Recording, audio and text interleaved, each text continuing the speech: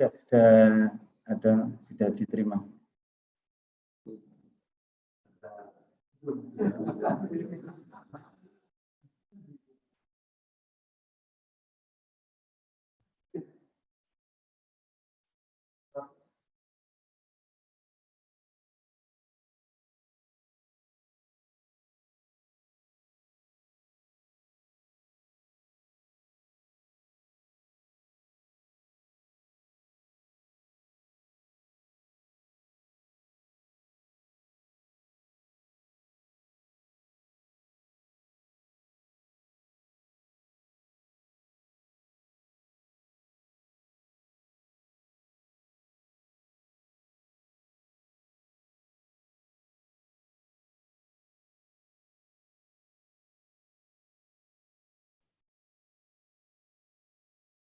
Assalamualaikum. Waalaikumsalam warahmatullahi wabarakatuh. Ya, saya sudah siap. Alhamdulillah. Monggo. Oke. Sehat, Prof. Alhamdulillah, Pak Zainul. Oke. Selamat Sehat ya, semua, ya. Ya, Yes. Alhamdulillah. Alhamdulillah. Pak Muji masih di UIN kan ya, Prof? Prof Muji. Masih, ya? masih ngajar, masih beraktivitas. Iya. Salam hormat dulu dari Prof Suyitno, Prof. Oh, waalaikumsalam. Ya. Prof Suyitno ya. Ya, beliau yang membantu kami untuk bisa komunikasi dengan Pak Rektor ini. Iya, ya, alhamdulillah. Prof. Pak Zainul di kantor ya? Ya, Prof. Ini saya pakai background biar bagus ya, Prof. Oh iya, background-nya kok ini alam semesta. Di planet, Prof. Ya, planet. Oke. Menurut Prof Suyitno, sekalipun Pak Rektor yang saat itu memberikan penganugerahan sudah tidak lagi menjadi rektor, tapi Pak Prof Zainuddin kan dulu Purek 1 ya, Prof ya? Iya, jadi kami dengan tim ya yang menyiapkan ini segala sesuatu. Iya. Jadi Iya. dapurnya di PR1 kan ya, Prof ya? Iya. Kalau ada penganugerahan itu kan selalu gitu, termasuk yang di penganugerahan kepada ini apa Ustadz Muhammad Thoyib yang dari Mesir ya. Oh ya? Itu ya itu apa Sekjen Ropito termasuk itu ya, kita siapkan semua bersama tim. Ya, ya. Baik, Prof. Kita mulai ya, Prof ya. Bismillahirrahmanirrahim. Monggo. Izin nih, Prof. Jadi peristiwanya sudah sekian tahun yang lalu ya, 2017 kalau tidak salah ya. 2017 betul. Ya, persisnya bulan Mei. Peristiwa itu adalah peristiwa yang saya pikir momentumnya sangat luar biasa, Prof. Iya, sangat monumental. Iya, sangat luar biasa. Satu penganugerahan yang diberikan kepada Pak Kiai Ma'ruf Amin dalam posisinya sebagai ketua umum, dan 2 ketua umum disandang oleh beliau ya, Prof ya. Iya, waktu itu ya. Ketua umum PBN, ketua umum MUI dan sekaligus MUI dan PBNU. Masya Allah. Ya. Saya atau kami ini tim sebetulnya ada beberapa orang ya, Prof. Ada Pak Bakir, ada Pak Eko, lain saya tentu saja dengan Ibu Lisati Fatimah di sini. Kami ingin mendapatkan background ya, Prof ya. ingin mendapatkan latar belakang penganugerahan kepada Pak Kiai Ma'ruf Amin, tentu saja dengan sejumlah pertimbangan ya. Kalau baca di berita-berita sih singkat sekali itu latar belakangnya. Tapi tentu balik berita itu ada latar belakang yang perlu diketahui oleh publik. Baik latar belakang dalam konteks misalnya keilmuan beliau, temuan-temuan tentang ekonomi syariah, atau pertimbangan-pertimbangan lain tentang ketokohan beliau yang mungkin sudah punya parameter sendiri di mata UIN Malang ya, Prof. Jadi mungkin pertama ingin mendapatkan background seberapa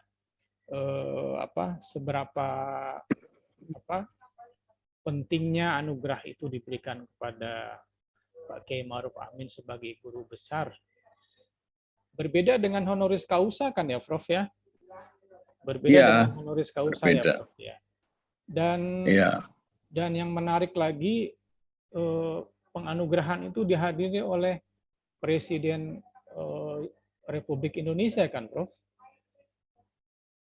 Ya, waktu itu ya Pak Jokowi, betul. Hadir. Jadi dengan sejumlah undangan yang hadir, menteri-menteri di situ dan Pak Jokowi ikut di dalamnya, tentu saja kita ingin tahu nih, Prof, dalam penulisan biografi beliau itu memang ada beberapa penganugerahan ya, selain di UIN Malang itu ada di UIN Jakarta, juga ada di UIN Riau, mungkin juga ada di UMI ya. Tapi semua itu kalau menurut saya sih ya paling istimewa di UIN Malang. Paling istimewa di luar biasa. Iya, luar biasa. Jadi monggo Prof, kami diberitahu diceritakan kronologinya, berapa lama pertimbangan itu, atau awalnya seperti apa ada inisiatif untuk memberikan anugerah sampai kehadiran Pak Jokowi menjadi sesuatu yang bersejarah ya buat UIN, baik buat UIN, buat Pak Kiai, dan saya kira juga buat dunia akademis ya, Prof ya. Buat umat Islam khususnya. Umat Islam tentu saja. Iya.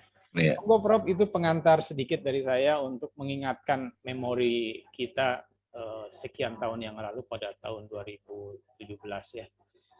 Silakan Prof.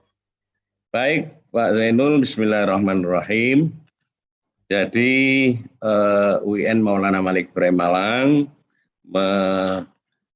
menyelenggarakan perhelatan besar, baik itu Dr. Honoris Causa maupun penghargaan untuk guru besar, baik dalam negeri maupun luar negeri, tentu memiliki pertimbangan secara akademis, ya, juga maupun secara kelembagaan, dan memandang akan pentingnya sosok tokoh yang diberikan itu. Jadi UIN Malang memberikan gelar, baik itu gelar akademik maupun jabatan akademik guru besar, itu tentu berdasarkan pertimbangan baik yuridis maupun akademis. Nah, dalam konteks ini untuk beliau Kiai Haji Ma'ruf Amin, ya, itu kami memandang bahwa beliau itu adalah sosok yang memiliki kompetensi, keilmuan, komitmen, dan dedikasi tinggi untuk mengabdikan dirinya sebagai tokoh yang secara konsisten berjuang memberikan pencerahan sebagai ulama. Semua orang tahu siapa beliau itu dari ulama, menjadi Ketua MUI dan juga PBNU, lalu kiprahnya di masyarakat juga sudah semua tahu. Nah, atas pertimbangan itu, ya, maka kemudian UIN Malang berinisiatif untuk memberikan anugerah atau penghargaan, yaitu jabatan guru besar. Nah, untuk pengukuhan guru besar yang dihadiri oleh Presiden dan juga beberapa menteri dan tokoh masyarakat yang lain, ini dilakukan dalam rangka sebagai bentuk apresiasi dan penghargaan atas kiprah beliau sebagai tokoh nasional, tokoh yang sangat kompatibel, sangat cocok untuk diberikan gelar itu. Tak hanya itu, beliau itu juga merupakan sosok ulama yang berjiwa, kalau di Malang itu kan logonya Ulul Albab. Iya, Prof. Ya, nah Ulul Albab, beliau itu sosok Ulul Albab yang memiliki kedalaman spiritual, juga kedalaman ilmu pengetahuan. Dalam konteks ini adalah ekonomi syariah. Nah, oleh sebab itu kemudian kami memandang perlu, ya, atas kompetensi dan juga ketokohan beliau itu untuk diberikan jabatan guru besar. Kalau gelar doktornya kan beliau honoris causa dari Jakarta, nggih. Ya, Prof. Ya. Nah, oke. Nah, beliau itu juga sosok ulama kontemporer yang telah berkontribusi besar, ya, dalam bidang hukum ekonomi Islam. Hukum ekonomi Islam yang fatwa-fatwanya itu telah menjadi rujukan dalam ekonomi Islam baik nasional maupun internasional. Dan kami juga pernah satu forum dengan beliau itu ketika dalam seminar yang diselenggarakan oleh MUI atau organisasi sosial keagamaan.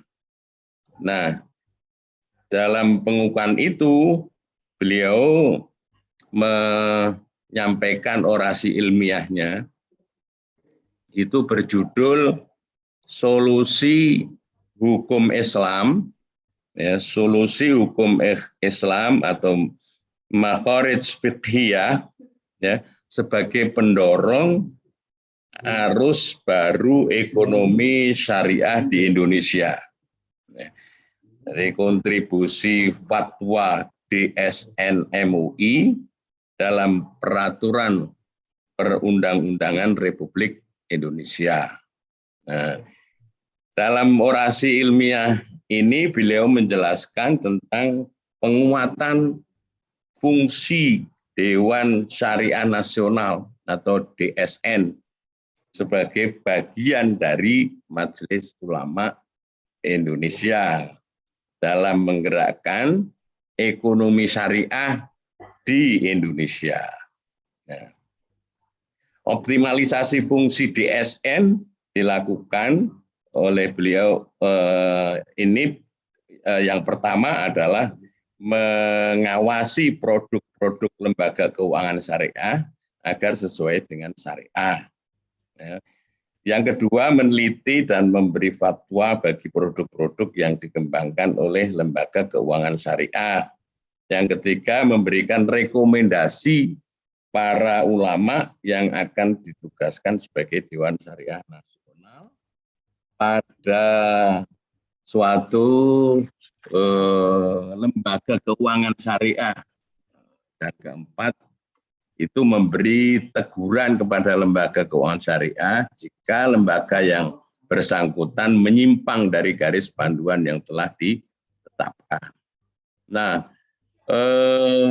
ternyata apa yang beliau gagas dan juga beliau orasikan, ya, dan itu karena buku-bukunya kan sudah diterbitkan itu ya.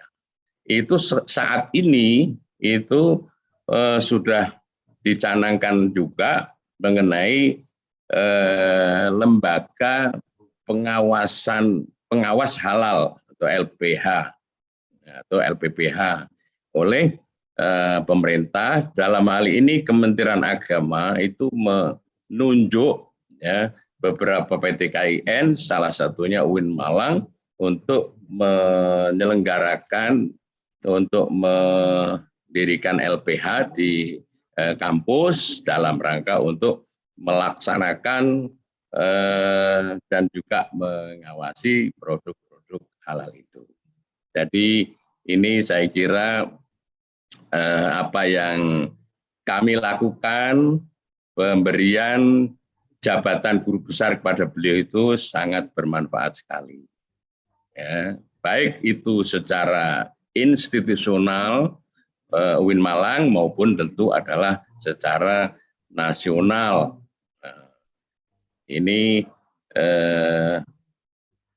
diantaranya latar belakang yang menjadikan kenapa kami memilih beliau untuk menjadi ya untuk diberikan jabatan guru besar di UIN Malang, dan itu kebetulan kan kita punya fakultas syariah, fakultas ekonomi, ada program studi ekonomi syariah, ada hukum bisnis syariah, dan beliau itu juga menjadi bagian dari dosen di UIN Malang, ya, guru besar luar biasa di fakultas syariah. Nah, kami akan bersenang hati kalau kemudian beliau juga dapat sesekali memberikan kuliah umum, apalagi kalau bisa rawuh, wah ini luar biasa sekali. Karena memang beliau adalah bagian dari UIN Malang. Dan cucunya beliau itu ini sudah kuliah di ekonomi syariah, ya. Cucunya beliau itu sudah berapa semester, 6 atau 4 ini. Amanah besar dalam melaksanakan norma dan prinsip Islam menjadi modal dan kekuatan utama ya berkembangnya ekonomi syariah di Indonesia. Pak Zainul yang saya hormati, jadi selain itu bersifat keilmuan akademis, itu secara yuridis sesuai dengan peraturan juga tentu menjadi acuan dari pemberian jabatan guru besar ini kepada beliau. Itu Pak Zainul antara lain yang menjadi latar belakang kenapa beliau dipilih sebagai salah satu tokoh yang diberi jabatan guru besar atau profesor itu. Selain dari Mesir, Syekh dari Mesir itu Muhammad Thayyib, Muhammad Ahmad At-Thayyib dari Mesir. Okay. Ya. Prof, sejak tahun 2017 sampai sekarang ini belum ada lagi atau sudah belum yang diberikan gelar seperti Pak Kiai ini, Prof? Oh ya, kalau untuk gelar jabatan guru besar ini belum ada setelah beliau, karena kami memandang belum mendapatkan sosok yang pas atau relevan dengan keilmuannya gitu. Jadi pemberian jabatan guru besar kepada seseorang itu tentu mempertimbangkan sematang-matangnya terhadap ini sosok itu sendiri. Kalau yang Dr. honoris causa itu ada beberapa seperti misalnya Kiai Agus Salahuddin, Gus Solah, Almarhum. kemudian ya Tebu Ireng itu sudah kami berikan, selain yang dari Mesir, ya, Syekh Muhammad At-Thayyib itu. Untuk guru besar baru beliau ini, setelah itu belum ada. Tidak tahu kami nanti akan terus tracer siapa ulama yang layak untuk diberikan guru besar. Ya. Jadi belum ada guru besar lain yang dianugerahkan oleh UIN Malang sesudahnya maupun Belum ada. Sebelumnya juga belum Iya, ada. belum ada. Baru untuk ada guru besar. satu ya, Prof. Untuk yang Satu-satunya. Oh. Ya, kalau yang guru besar reguler kita kan sudah punya Ya. Yang kemarin juga kami mengukuhkan tujuh guru besar yang memang reguler. Kalau yang honoris gelar honoris causa itu belum. Ya. Jadi untuk yang pertama kali di UIN Malang dan belum ada duanya yang diberikan seperti beliau ini ya, Prof ya. Ya. Setelah diberikan anugerah guru besar itu memang belum ada kesempatan untuk memberikan kuliah umum ya, Prof ya. Memberi tetapi Zoom kalau tidak salah. Zoom beberapa kali ya. Karena kan pertama itu karena kondisi kemudian pandemi seperti ini. Nah, kalau kemudian nanti setelah pandemi ini sirna, beliau berkenan hadir, Masya Allah, itu sangat luar biasa bagi kami. Ya, Prof. Kalau boleh tahu pertimbangan di dalam tim dalam menentukan guru besar itu seperti apa ya, Prof ya? Apa ada risetnya begitu, Prof? Ada studi? Oh iya, Prof? Iya ada ini sidang pimpinan senat universitas itu menyidangkan kelayakan ditinjau dari berbagai aspeknya. Gitu. Jadi tentu melalui prosedur yang sudah ditetapkan baik oleh universitas juga ditetapkan oleh ini Menristek Dikti waktu itu. Nah, waktu itu berdasarkan keputusan Menristek Dikti nomor 69195 A2.3 KP 2017. Ya. Kemudian juga Undang-Undang nomor 12 tahun 2012 pasal 7 ayat 5 yang mengenai guru besar tetap dan tidak tetap yang terakreditasi institusinya itu adalah A.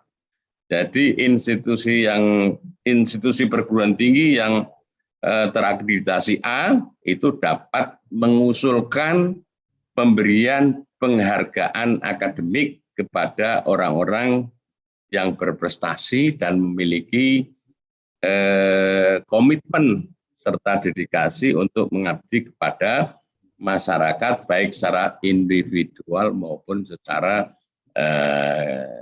kelompok gitu. Jadi ini sudah sesuai berdasarkan pertimbangan dan keputusan dari Undang-Undang Guru dan Dosen dan juga keputusan menteri, dalam hal ini Menteri Ristek dan Dikti saat itu. Selain beliau adalah memiliki reputasi yang nasional. Oke. Prof, apakah di dalam pertimbangan untuk memberikan guru besar itu mungkinkah ada perdebatan gitu di dalam tim itu, Prof? Oh iya. Karena dunia ya, keilmuan kan relatif lebih apa ya? Lebih liberal. Ya, lebih exercise lah, lebih elaboratif gitu. Karena pertimbangannya tentu kalau perdebatan ini ya bukan perdebatan dalam pengertian setuju dan tidak, tetapi mereka adalah mengacu pada aturan-aturan yang berlaku. Jadi harus dilihat dari aspek akademiknya, aspek reputasinya, aspek ininya. Apakah beliau layak atau tidak, dan bagaimana prosedurnya harus ditentukan. Terus kemudian harus memiliki karya tulis ilmiah yang diakui, itu termasuk jurnal segala macam. Lalu kemudian setelah diputuskan disetujui oleh Senat, ya itu kemudian koordinasi dengan tim UIN Malang dengan tim Jakarta, timnya Pak Kiai untuk menyiapkan segala sesuatunya yang terkait. Dan ada 2 tim ya, Prof ya? Ya, tim dari beliau itu kan yang menyiapkan ini karya-karya ilmiahnya, kemudian kita sesuaikan dengan aturan yang berlaku dan kemudian diterbitkan. Saat orasi juga itu disiapkan untuk para audiens. Kalau boleh tahu tim yang di UIN siapa, Prof? Leadernya siapa, Prof? Leadernya itu waktu itu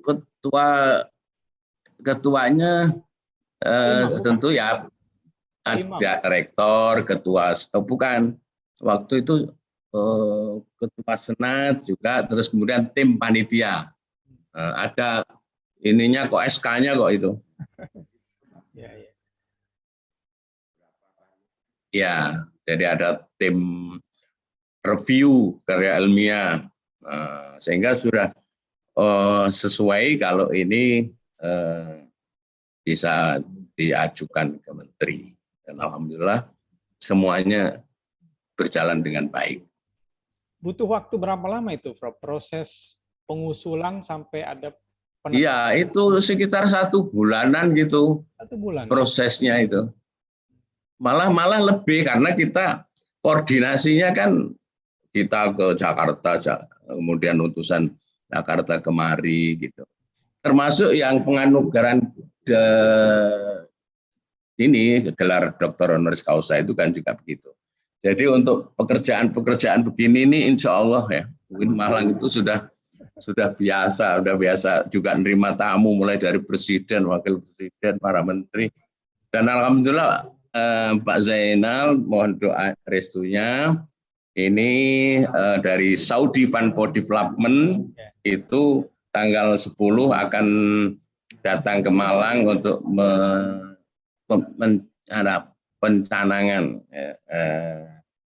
pembangunan kampus 3 yang ya kampus 3 yang di atas tanah 100 hektar dan biayanya hampir 1 T.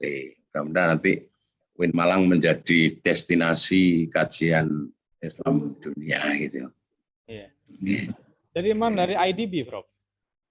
Dari SFD, kalau yang dulu IDB, ini yang Saudi Fund for Development. Ya, jadi lebih besar. Kalau dulu cuma 300 sekian miliar. Iya. Kalau salah itu yang pernah dilaporkan ke presiden ya? Wapres, presiden juga. Dan ini karena pandemi kan sempat vakum 1 tahun lebih. Nah, sekarang kita sudah bisa jalan lagi dan insya Allah kampus kita akan berkembang berkat doa para kiai dan juga tentu Pak Wapres, Pak Kiai yang akan dapat beliau kalau bisa nanti rawuh ke Malang ini akan menambah ekspektasi masyarakat kepada UIN, khususnya UIN Malang. Ya, Yeah. Pak Rektor, saya membayangkan tadi itu prosesnya memakan waktu bisa lebih dari 2 bulan, 3 bulan begitu. Ternyata cukup dipersiapkan 1 bulan ya, Prof. Iya, karena sudah biasa sih, sudah. Ya kita kalau pertemuan itu ya berkali-kali sampai 6 kali ya untuk ini untuk mendiskusikan, menyiapkan segala sesuatunya. Ya, karena sudah biasa. Termasuk bisa mengundang presiden dengan sejumlah menteri itu persiapannya. Nah, iya. Lama, kita ini betul ngundang presiden itu kan kemudian juga ngundang berbagai instansi terkait termasuk kementerian-kementerian itu kan.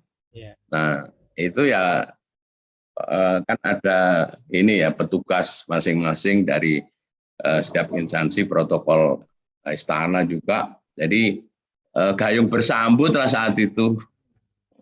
Ya alhamdulillah segalanya bisa teratasi, termasuk security yang di daerah Jawa Timur.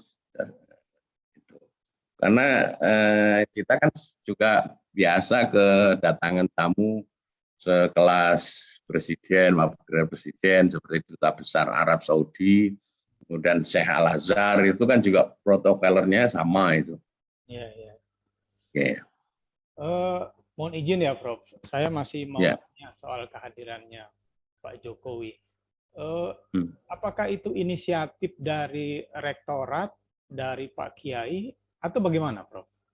Ketika mau itu ya inisiatif dari kami, kemudian kita komunikasikan kan kepada beliau, kepada tim, dan itu gayung bersambut.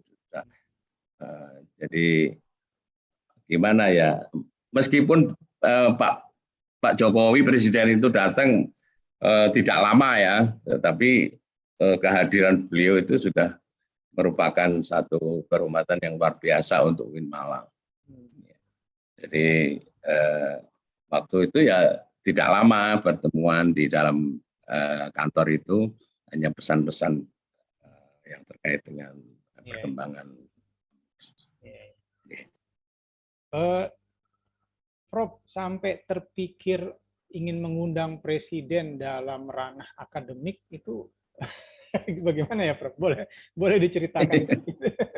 Iya. Nah, jadi kan begini, bahwa kita itu kan sebagai perguruan tinggi negeri dan Islam itu kan harus menampilkan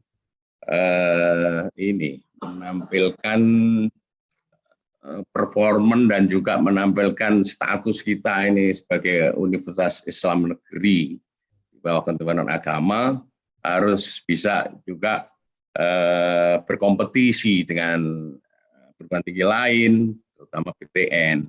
Nah, kalau kemudian yang diundang itu bapaknya nomor 1 RI, maka kan itu semua orang pada bertanya, tetangga kanan kiri termasuk UB-UM itu kok bisa menghadirkan presiden, memberikan gelar doktor profesor kepada Kiai Ma'ruf Amin, kok bisa memberikan gelar doktor juga dari Saudi, Mesir. Wah, ini menjadi pertanyaan kanan kiri itu, sampai kemudian para pejabat Polri itu ya, juga Polresta atau Polda, itu pasti ini kalau yang bandara rame itu UIN Malang gitu, sampai begitu. Jadi karena saking biasanya terima tamu gitu. Alhamdulillah teman-teman muda di UIN Malang ini kan sergap gitu. Nah ini nanti kan juga begitu, akan datang juga para menteri ini untuk mencanangkan pembangunan kampus 3 ini. Kalau perlu ya presiden nanti kalau untuk meresmikan. Juga Wapres tentunya sebagai guru besar kami gitu. Dan kepercayaan beliau itu kan sudah tentunya dikuliahkan di sini. Oh iya. Ya. Prof, Oke. apa memang UIN Malang punya hubungan khusus dengan presiden gitu, Prof? Kalau khusus sih enggak ya. Ya kita punya relasi di sekitar istana gitu kira-kira itu. Dulu itu kan Pak Yai Hasyim Muzadi, Yai Tolha Hasan, ya. Kemudian juga ini Pak Menteri dan Menteri Agama ya. Ya, ada Pak Malik juga waktu itu. Jadi ya kita ini sering silaturahim itu loh, kuncinya silaturahim gitu. Kalau sekarang itu kan ya kolaborasi dan sinergi itu. Iya. Saya ingat jadi masih ada Pak Malik Pajar dulu almarhum ya, Prof ya. Beliau Masih ya. Sebagai One Team Press kalau nggak salah ya. Betul One Team Press. Demikian juga Pak Yai Hasyim. Pak Hasyim Muzadi ya di One Team Press. Muzadi, ya. Jadi ya relasinya dengan presiden cukup kuat lah. Kuat. Ya. Nah dulu sebelum itu kan juga Pak SBY Pak. Oh iya. Yang memberi nama Universitas Islam Negeri Maulana Malik Ibrahim itu beliau, Pak SBY. Tahun berapa ya, Bro? Tahun 2009. Oh, 2009. Ya. Jadi sebelumnya kan belum ada nama. Nah, kemudian diberi nama dengan Maulana Malik Ibrahim Malang. Kalau Pak JK sudah berapa kali datang ke Malang itu? Waktu Wapres dan juga waktu Menteri kalau ada salah. Jadi ini Pak Zainul, kita ini tamunya mulai dari pejabat tinggi, presiden, wakil presiden, menteri, sampai pada artis. Artis itu juga gitu. Kalau DPR itu biasa. Artis juga kita undang, tokoh-tokoh agama lain juga begitu. Jadi pokoknya open inilah. Open campus kira-kira begitu. Iya. Jadi kampus-kampus lain itu quote and quote cemburu lah, Prof ya. Iya betul. Jadi kalau di bandara itu pasti ini tamu besar itu udah ke UIN gitu, bukan ke UB dan ke UM gitu. Jadi kalau buat di masyarakat sudah dimaklumi lah ya, Prof ya, bahwa UIN Malang itu punya posisi sendiri lah di pemerintah. Betul. Oke. Nah, karena juga alumni UIN Malang itu banyak yang menjadi pejabat itu. Ya, mulai Pak Yai Hasyim Muzadi, kemudian juga yang dari DPR juga ada, wali kota, kemudian bupati yang sekarang itu juga alumni UIN Malang. Bupati Bojonegoro juga begitu. Dan yang jadi politisi juga ada. Ya lengkap. Alumninya juga begitu, Pak Zainal. Jadi betul-betul kita rangkul, kita terus koordinasikan. Ya selamatlah, Prof. UIN Malang jadi number one untuk di luar Jakarta barangkali, atau barangkali bisa melewati Jakarta. Iya. Ini Pak Zainul, jadi UIN Malang itu masuk 3 besar UIN se-Indonesia, dan untuk BLU-nya juga nomor 1 tingkat Jawa Timur. Lalu saat ini 2021 sampai 2024 dan sampai juga 2004 sampai 2030 itu sudah mendeklarkan diri sebagai international recognition and reputation. world class university.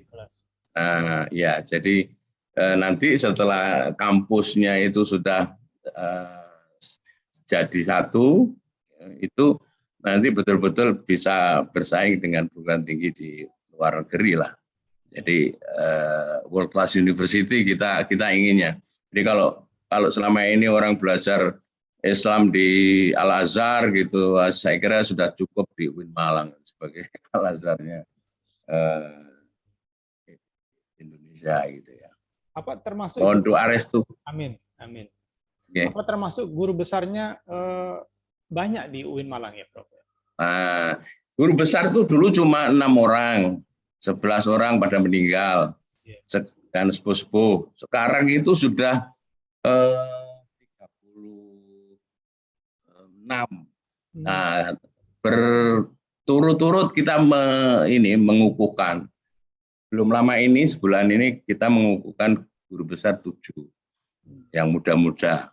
Sebelumnya ada berapa puluh itu. Alhamdulillah kita pacu terus dosen-dosen muda itu tuh untuk mengembangkan karirnya dan juga keilmuannya.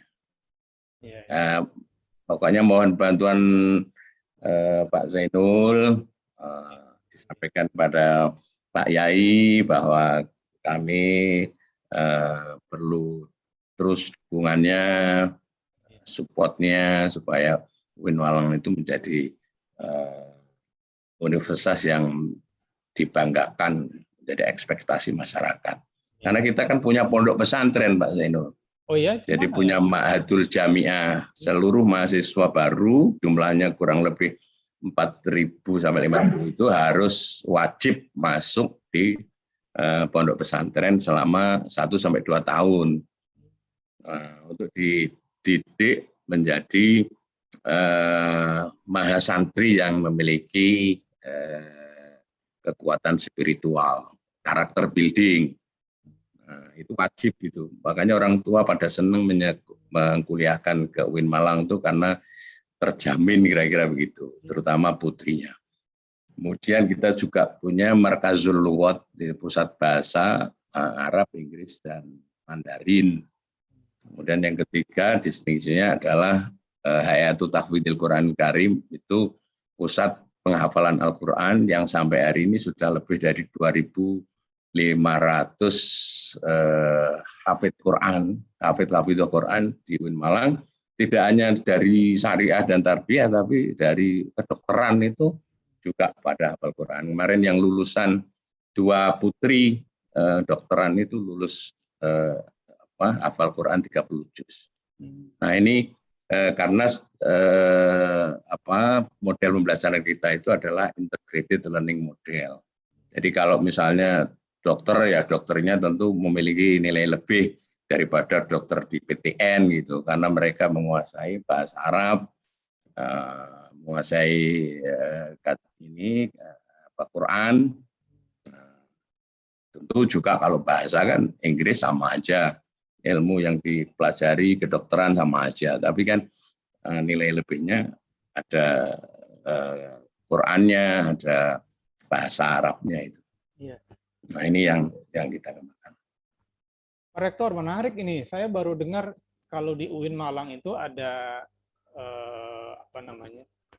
ada mahadnya yang dilingkit ke kampus, dan itu semua jurusan, semua mahasiswa harus ikut program pesantren. Wajib, wajib seluruh mahasiswa baru yang diterima di UIN wajib stay di mahad atau boarding school itu selama 1 sampai 2 tahun untuk memperdalam kitab kuning, bahasa Arab, kemudian tradisi pesantren, ya seperti sholat jamaah, qiyamul lail, khatmil Quran, dan seterusnya itu yang ditekankan, sehingga mereka betul-betul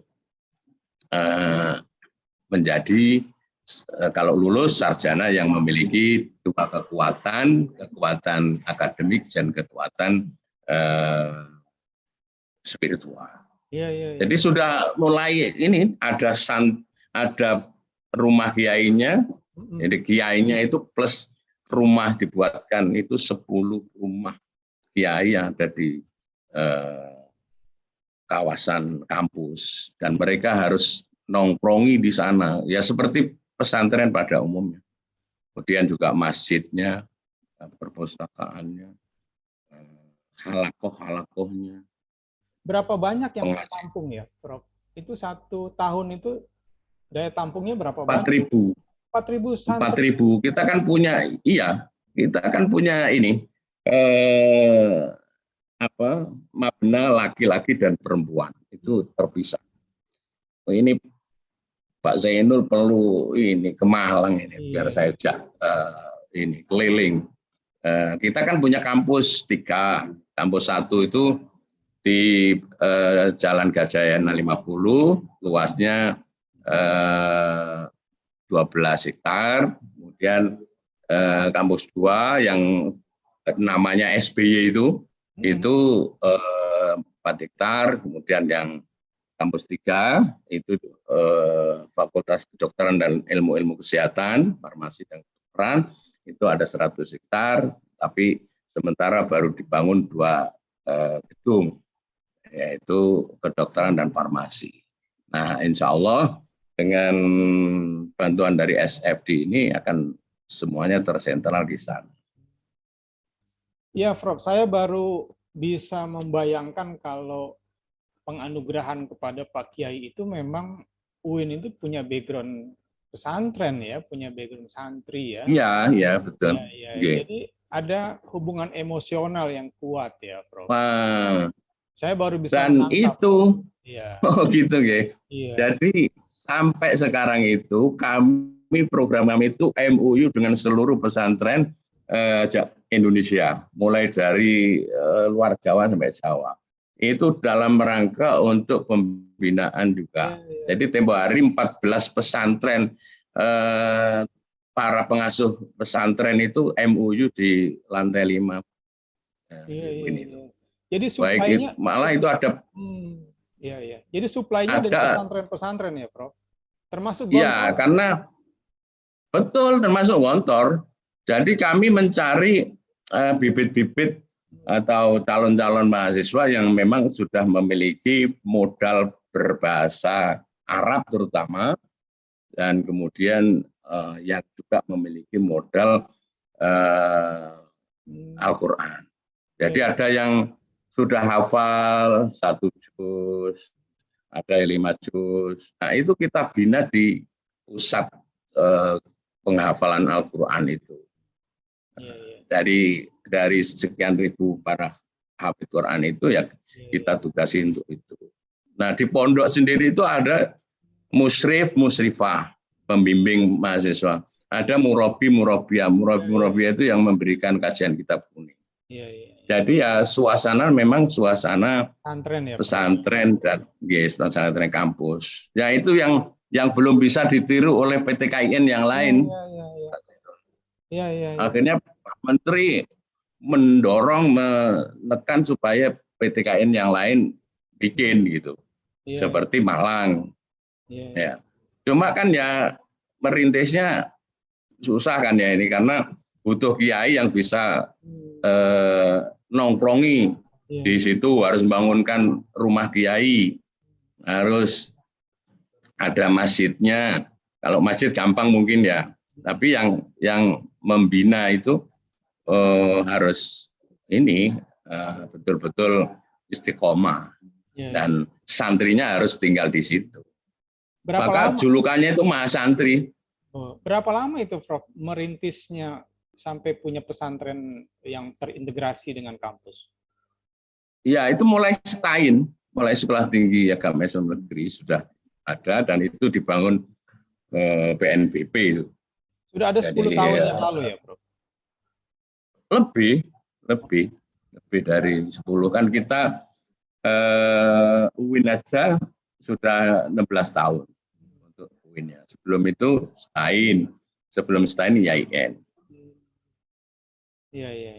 Jadi alhamdulillah kader-kader kita ini semakin banyak untuk bisa mengembangkan pendidikan di UIN Malang.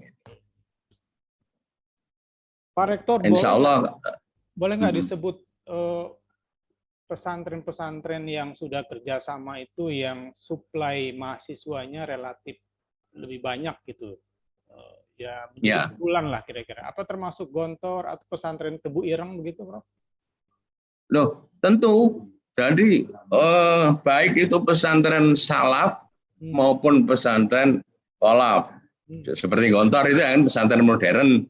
Wah, itu banyak yang justru ke Malang, ke UIN, juga pesantren-pesantren salaf yang memang basic baca kitabnya sudah jadi. Nah, kami juga memberi beasiswa kepada para hufadz Quran itu. Jadi mereka yang hafal Quran kita beri beasiswa, ya, kemudian juga peluang untuk masuk di UIN ini. Ya, jadi kerjasama dengan Kementerian Agama juga untuk memberikan beasiswa kepada para hafidz Quran. Nah, ini sudah berjalan bertahun-tahun, setiap tahun kita berikan itu, dan juga kami juga minta ini bantuan kepada Duta Besar Saudi untuk memberikan tambahan bantuan itu. Mereka senang sekali. Nah, mahasiswa asing kami terbanyak, bahkan seluruh PTN ini ada 460 dari berbagai negara, ada 42 negara, dan setiap tahun dapat award dari Kementerian Agama. Mahasiswa terbanyak mulai dari Eropa, Afrika, Asia. Untuk magister atau dokter, Prof? Ini mulai S1 sampai doktor. Jadi kami punya mahasiswa program doktor dari Arab Saudi, dari Libya, itu pengantarnya pakai bahasa Arab. Kalau yang program doktor itu. Nah, ini yang membanggakan kan orang Saudi ikut belajar di UIN program S3, ya. Jurusan ada yang MPI, ada juga yang kajian ekonomi. Jadi sudah inilah dikenal lah di luar negeri. Iya, ya, alhamdulillah, masya Allah. Alhamdulillah. Bahkan dari Rusia itu lulusannya ada yang nikah dengan mahasiswa kami dari Lamongan dibawa ke Rusia sana. Wah, jadi ini sudah naturalisasi ya. Bukan main, Win. Pokoknya Pak Zainul nanti bisa ini ke Malang, nanti kita kunjung ke tempat-tempat itu. Ya, saya sudah punya keyakinan kuat ini kalau UIN Malang memang akan menjadi pionir dalam pengembangan studi keagamaan maupun studi umum ya, karena UIN kan juga integrasinya umum dan keagamaan ya, Prof ya. Iya. Jadi yang punya FKIK, yang punya kedokteran dan farmasi itu hanya UIN Jakarta, Malang, dan Makassar. Selain itu belum punya. Ini. Kedokterannya sudah berapa tahun, Prof? Sudah ini meluluskan. Sudah meluluskan tahun kemarin. Tinggal ini profesinya kita sedang usul, demikian juga farmasinya kita. Dan kita juga akan mengembangkan rumah sakit pendidikan Islam. Kami ingin namakan itu bukan rumah sakit tapi rumah sehat. rumah sehat Islam gitu ya. Karena kalau rumah sakit itu pesimis itu. Kalau rumah sehat kan optimis ya. Iya. Ya, jadi di Arab itu kan namanya al-mustashfa, minta kesembuhan gitu ya. Di barat hospital. Jadi hospital itu keramah taman. Jadi nanti akan kami coba bikin satu-satunya rumah sehat itu. Rumah sehat pendidikan UIN Malang. Ini kan keren ya Pak ya. Pokoknya doa restunya, supportnya, Amin. Panjenengan. Amin. Nggih. Amin, Prof. Ya. Amin, nggih Mbak Is. Salam sama teman-teman One di question ya, Prof. nggih. Satu lagi ya, Prof ya. Nggih.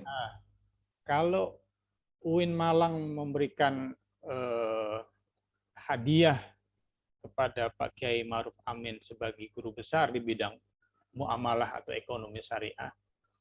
Lalu bagaimana dengan Fakultas Ekonomi Syariah di UIN Malang, Prof? Ada rencana-rencana apa-apa juga akan lebih besar seperti studi Islam tentang ekonomi syariah ini menjadi pusatnya, akan menjadi pionir lebih besar di Malang begitu, Prof? Atau seperti apa, Prof? Iya, tentu abahnya di pusat pemerintahan. Jadi kan kebetulan kita sudah punya S3 ekonomi Islam itu. Iya. Salah satunya guru besarnya beliau. Nah, ini kan kita ditunjuk untuk jadi LPH, lembaga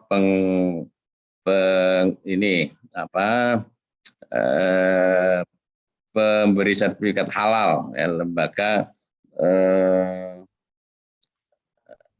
ya, termasuk kami akan bikin halal center. Nah, itu sudah ada modalnya, yaitu Fakultas Syariah, baik itu ekonomi syariah maupun hukum bisnis syariah. Kemudian ada Majma'ul Buhus wal Ifta. Kemudian punya kimia, punya farmasi, punya biologi, punya fisika, yang itu mendukung semua untuk lembaga pemeriksa halal itu. Seperti yang pernah kita kunjungi itu di Chulalongkorn, itu menjadi pusat halal dunia. Nah, itu padahal direkturnya itu Pak Winay Dahlan, itu cicitnya Kiai Dahlan. Nah, UIN Malang inginnya juga punya begitu laboratorium halal itu, yang tentu nanti bisa menjadi pusatnya di UIN Malang. Apalagi beliau kan sebagai top figurnya. Nah, ini Pak, yang tentu syariah akan kita kembangkan. Ya, Pak Rektor, kan sebagaimana kita ketahui bersama lah ya, jadi sektor keuangan syariah ini termasuk industri halal kan sedang menjadi prioritas kebijakan pemerintah ya, Prof ya. Iya. Kalau ada peran-peran yang lebih besar dimainkan oleh UIN, termasuk UIN Malang, kan rasanya bisa terjadi percepatan gitu ya, Prof ya. Karena kalau laporan dari Bappenas itu kan prodi ekonomi syariah kita itu kan belum kompatibel dengan kebutuhan pengembangan keuangan syariah. Jadi masih harus di-upgrade gitu, masih harus dikembangkan, bisa mengejar pertumbuhan keuangan syariah, industri halal dan seterusnya itu. Betul. Harapannya kalau bukan dari UIN, dari mana lagi gitu ya, Prof? Nah, iya. Kan tempo hari UIN. Betul. Penduduk Indonesia itu kan 270 juta ya, sekian gitu ya. Dan itu kan mereka kan umumnya pada di level ekonomi menengah ke bawah. Dan apalagi kemudian juga kalau bicara soal ekonomi ke bawah itu 180 juta itu warga NU. Jadi warganya Pak Yai Ma'ruf ya. Nah, itu kan perlu diberdayakan. Jadi kalau 180 juta warga Nahdien itu diberdayakan, itu seperti juga memberdayakan Indonesia secara umum. Waktu saya memberikan presentasi seminar di LPH, Lembaga Pengusaha LPN, Lembaga Pengusaha Nahdlatul Ulama Nahdien. Nah, itu kita sampaikan bahwa kita perlu penguatan ekonomi keumatan yang sudah digagas oleh Yai Hasyim Asy'ari sejak hampir 1 abad itu, yang namanya Nahdlatul Tujar. Nah, itu kan kemudian diteruskan oleh Gus Dur, tapi setelah itu kurang gayung bersambut. Nah, ini saya kira insya Allah nanti kalau bisa disondingkan ke sana, ke beliau kan lebih semarak lagi.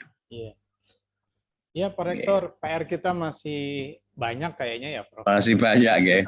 Betul. Mudah-mudahan Pak Yai diberikan kesehatan, demikian juga panjenengan, Mbak Is Fatimah, Mbak Alis Fatimah, dan lain kali kalau bisa diperkenankan kunjung ke mana Wapres, ya saya senang sekali. Ya, Prof. Mudah-mudahan nanti ada momen yang baik bisa silaturahmi dengan UIN atau UIN dengan Pak Kiai ya, Prof ya. Ya. Ini sementara mungkin cukup ya, Prof ya. Iya, nanti kalau kurang misalnya apalagi bisa lewat WA. Nanti kita siapkan, mungkin perlu kepanitiaan dulu, siapa SKK-nya dan sebagainya. Mudah-mudahan biografi beliau bisa lebih lengkap, bisa jadi ini referensi untuk para kader bangsa. Ya, amin. Amin. Ya. Matur suwun ya, Prof. Sami-sami, nggih, sami-sami. Ya, mohon maaf. Terima kasih, Prof. Nuwun ngapunten. Nggih. Ya, mari kita tutup ya, Prof, dengan monggo. Alhamdulillahirabbil alamin. Alhamdulillahirabbil alamin. Warahmatullahi wabarakatuh. Waalaikumsalam warahmatullahi wabarakatuh. Bersuun, Prof. Nggih. Kalau tutup nggih. Ya. Sami-sami, Mbak.